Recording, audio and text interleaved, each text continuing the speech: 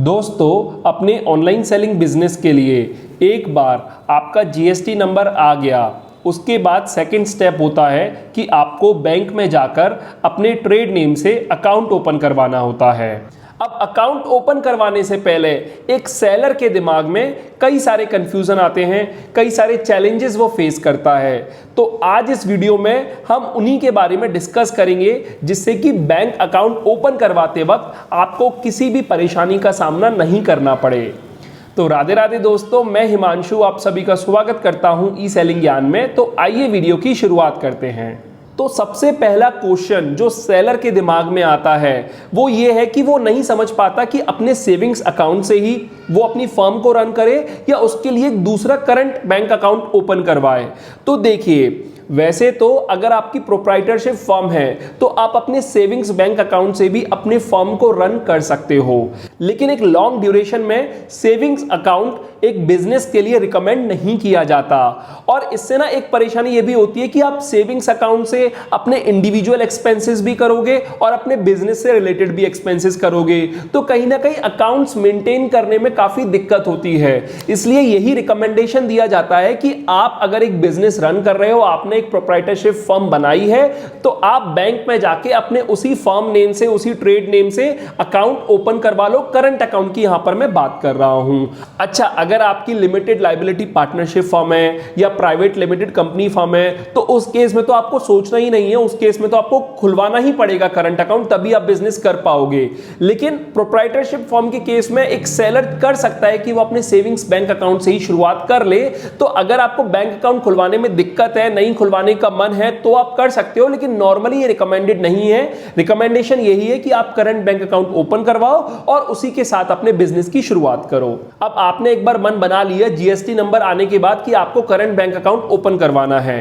अब जो दूसरा डाउट आता है दिमाग में वो ये होता है कि प्राइवेट बैंक में हम अपना अकाउंट ओपन करवाएं या फिर गवर्नमेंट बैंक में हम अपना अकाउंट ओपन करवाएं। देखिए, मैं आपको बताता हूं, नॉर्मली तो मैं यही रिकमेंड करूंगा कि जो बैंक आपके घर के या फिर आपके बिजनेस एड्रेस के पास है, आप उसी में खाता खुलवाओ। देखो, बैंक जब आपके घर के, आपके ऑफिस के पास होती है ना, तो बहुत बढ़िया रहता है। कोई आपको कैश डिपॉजिट करना है, कैश विड्रॉल करना है या कोई और बैंक की फैसिलिटी का यूज करना है, तो काफी ईजी रहता है। अगर आप कहीं दूर खाता खुलवाते हो तो वहां पर आपको जाना पड़ता है, कहीं ना कहीं आपका टाइम वेस्टेज बढ़ता है। और बैंक से जुड़े काम तो हमें अक्सर पड़ते ही हैं, जहां पर हमें बैंक जाना पड़ता है। आजकल नेट बैंकिंग से काफी ज्यादा सुविधा मिल गई है, लेकिन फिर भी कुछ चीजें ऐसी हैं जो आपको बैंक जाके ही करनी पड़ती हैं। तो इस वजह से आपका जो बैंक अकाउंट है, आपका जो बैंक है, वो आपके घर से या फिर आपके ऑफिस एड्रेस से पास होनी चाहिए। अच्छा, अगर आपके घर के ऑफिस के पास दोनों ही है, प्राइवेट बैंक भी है और गवर्नमेंट बैंक भी है, तो देखो, मैं आपको सबसे पहले तो ये बता दूं कि कौन कौन से डॉक्यूमेंट्स है जिनकी आपको जरूरत पड़ती है जब आप एक करंट अकाउंट ओपन करवाते हो। सबसे पहले आपको जरूरत पड़ेगी अपने जीएसटी सर्टिफिकेट की। मतलब जब आपका जीएसटी नंबर आया है तो आप जीएसटी पैनल से जाके जीएसटी सर्टिफिकेट डाउनलोड कर लोगे, वो सर्टिफिकेट आप प्रिंट करा लोगे। तो सबसे पहले तो आपको जीएसटी सर्टिफिकेट की रिक्वायरमेंट पड़ेगी।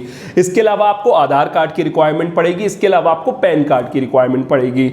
मुझे लगा था इन 3 डॉक्यूमेंट से मेरा काम हो जाएगा, लेकिन मैं आपको यहां पर इसके आगे अपना एक्सपीरियंस शेयर करता हूं। उससे आपको समझ में आ जाएगा कि मुझे कहां कहां चैलेंज आया और वैसा ही चैलेंज आप भी फेस कर सकते हैं।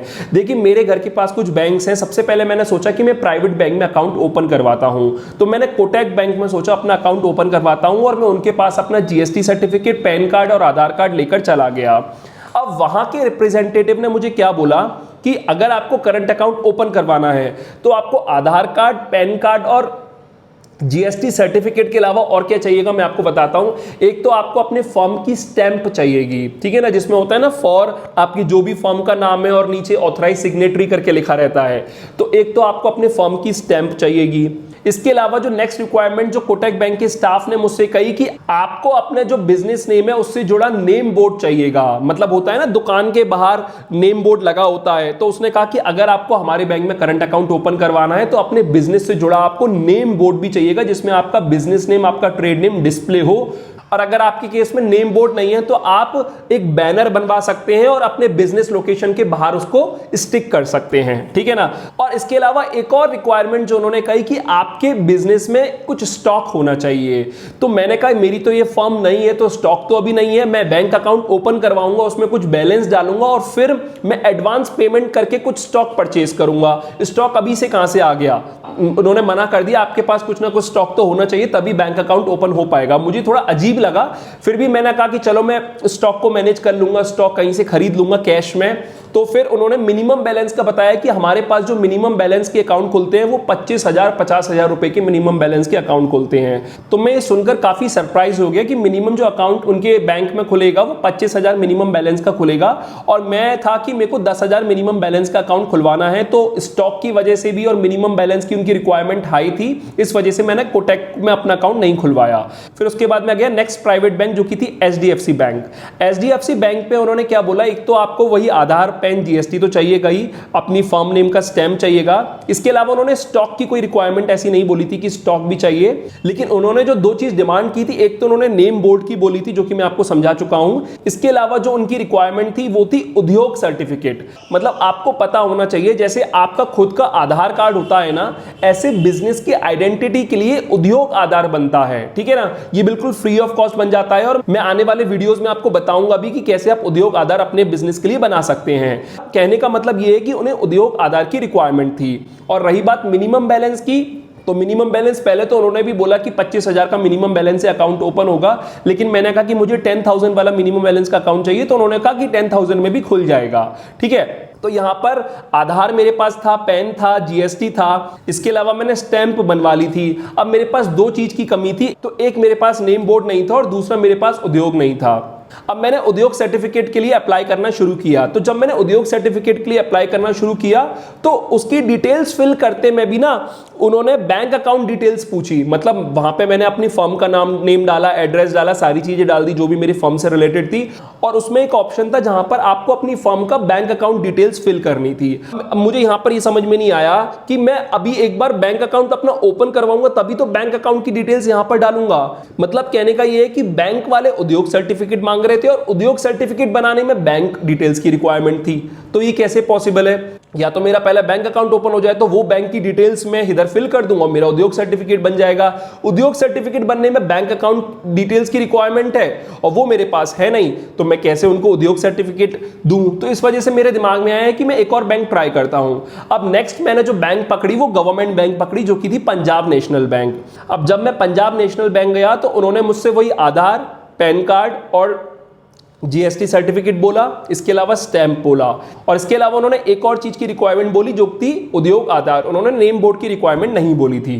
तो उद्योग आधार के लिए मैंने क्या किया हुआ था, जब मैं पंजाब नेशनल बैंक गया था मैंने ऑलरेडी जहां पर वो उद्योग सर्टिफिकेट में बैंक अकाउंट डिटेल मांगता है ना, उसका फोटो ले लिया था, और वही फोटो मैंने जो पंजाब नेशनल बैंक के स्टाफ को दिखा दिया कि आप बोल रहे हो कि अकाउंट ओपन करवाने के लिए उद्योग आधार की रिक्वायरमेंट है, लेकिन देखिए उद्योग जब मैं सर्टिफिकेट बना रहा हूं तो वहां पर तो ये बैंक डिटेल मांग रहा है। तो वो लोग भी कंफ्यूज हो गए, वो बोलने लगे कि शायद पहले तो नहीं मांगता था अब मांगने लग गया है। तो मैंने कहा मुझे पहले का नहीं पता, लेकिन मैंने तो अभी फिल किया और यहां पर ये बैंक डिटेल मांग रहा है। तो जब मैंने उनसे बोला कि उद्योग सर्टिफिकेट बनने के लिए वो बैंक अकाउंट डिटेल को मांग रहा है, तो तब जाकर वो माने कि ठीक है हम बिना उद्योग के आपका अकाउंट ओपन करवा देंगे। तब उसके बाद उन्होंने आधार कार्ड की फोटोकॉपी ली, पैन कार्ड की फोटोकॉपी ली, जीएसटी सर्टिफिकेट की फोटोकॉपी ली, और इसके अलावा एक लंबा चौड़ा अपना फॉर्म दे दिया जैसे कि मुझे फिल करना था, और कई जगह अपने सिग्नेचर करने थे और स्टैंप लगानी थी, और वो फॉर्म फिल करके मैंने दिया। उस फॉर्म में मुझे अपने एक दो जगह पासपोर्ट साइज फोटो भी लगाने थे, और फिर मैंने वो अभी अकाउंट ओपन करवाने के लिए दिया हुआ है, और उन्होंने 3 से 4 दिन का समय मुझसे मांगा है अकाउंट ओपन के लिए। उनका भी जो मिनिमम बैलेंस था वो 10,000 रुपए ही था। तो मैं भी 10,000 रुपए के लिए मिनिमम बैलेंस के लिए प्रिपेयर्ड था। लेकिन कहने का मतलब ये है कि जब आप अपनी फर्म के लिए करंट अकाउंट ओपन करवाने जाओगे तो बहुत सारी चीजें आपसे डिमांड की जा सकती हैं। तो आधार, पैन, जीएसटी और स्टैंप, ये 4 चीजें तो आपको चाहिए ही चाहिए। स्टैंप में भी आपको ध्यान रखना है, 2 तरह की स्टैंप मार्केट में बनती है। एक नॉर्मल होती है जिसमें आप स्टैंप पैड से इंक लेते हो, उसके बाद स्टैंप लगाते हो। वो स्टैंप नॉर्मली 50 रुपए की बन जाती है, जो कि मैंने इधर बनवाई थी। और एक दूसरी आती है प्री इंक स्टैंप, जिसमें स्टैंप पैड की जरूरत नहीं पड़ती, वो लगभग 200-250 रुपए की बनती है। तो आपके ऊपर आप कैसी भी बनवाओ, मैंने नॉर्मल बनवा ली थी। बाकी मैंने आपको बताया कि जब मैंने पंजाब नेशनल बैंक में अकाउंट ओपन करवाया तो उन्होंने नेम बोर्ड मैंडेटरी नहीं बोला है, इसके अलावा उद्योग उन्होंने बोला था, तो मैंने जब उनको बोला कि उद्योग के लिए बैंक डिटेल मांग रहा है तो उसके लिए भी वो मान गए, ठीक है ना। अच्छा, जब मेरी कुछ सेलर्स से इसके रिगार्डिंग बात हुई तो उन्होंने बोला कि हमने भी क्या किया था, हमने पहले अपना सेविंग्स बैंक अकाउंट की डिटेल डाल दी थी उद्योग में और फिर उसके बेसिस पे उद्योग सर्टिफिकेट जनरेट कर लिया, वो उद्योग सर्टिफिकेट अपने बैंक में जमा कर दिया और जब हमारा बैंक अकाउंट ओपन हो गया तब हमने अपने उद्योग में बैंक डिटेल चेंज कर दी। तो आप ऐसा भी कर सकते हो, मतलब अगर आपके एरिया में कोई बैंक है और वो उद्योग मैंडेटरी बोल रही है और वो इस बात को नहीं मान रही कि उद्योग में बैंक डिटेल की रिक्वायरमेंट है, तो आप ऐसा भी कर सकते हो कि उद्योग में अपनी कोई सेविंग्स बैंक अकाउंट की डिटेल डाल दो और फिर उसके बाद जब आपका करंट अकाउंट ओपन हो जाए तो बैंक अकाउंट की डिटेल चेंज कर दो उद्योग सर्टिफिकेट में, ठीक है।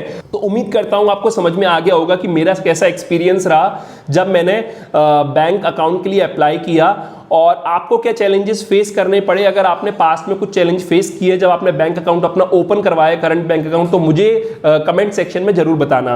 अच्छा दोस्तों, मैं आपको यहां पर एक चीज मैं बताना चाहता हूं कि इस चैनल पर मैंने एक सीरीज स्टार्ट कर दी है जहां पर लास्ट वीडियो में मैंने आपको बताया था कि अगर आप ऑनलाइन सेलिंग बिजनेस के लिए अपना जीएसटी नंबर लेना चाहते हैं बिल्कुल खुद से फ्री में और एक हफ्ते के अंदर आपका जीएसटी नंबर भी आ जाएगा, तो वो आप खुद से कैसे कर सकते हैं, तो मैं उस वीडियो का लिंक इस वीडियो के डिस्क्रिप्शन में दे दूंगा, आप जाके वो चेकआउट कर सकते हैं। ये मेरा सेकंड वीडियो है जहां पर मैंने आपको बैंक अकाउंट से जुड़े चैलेंजेस बताए जो कि एक सेलर फेस करता है।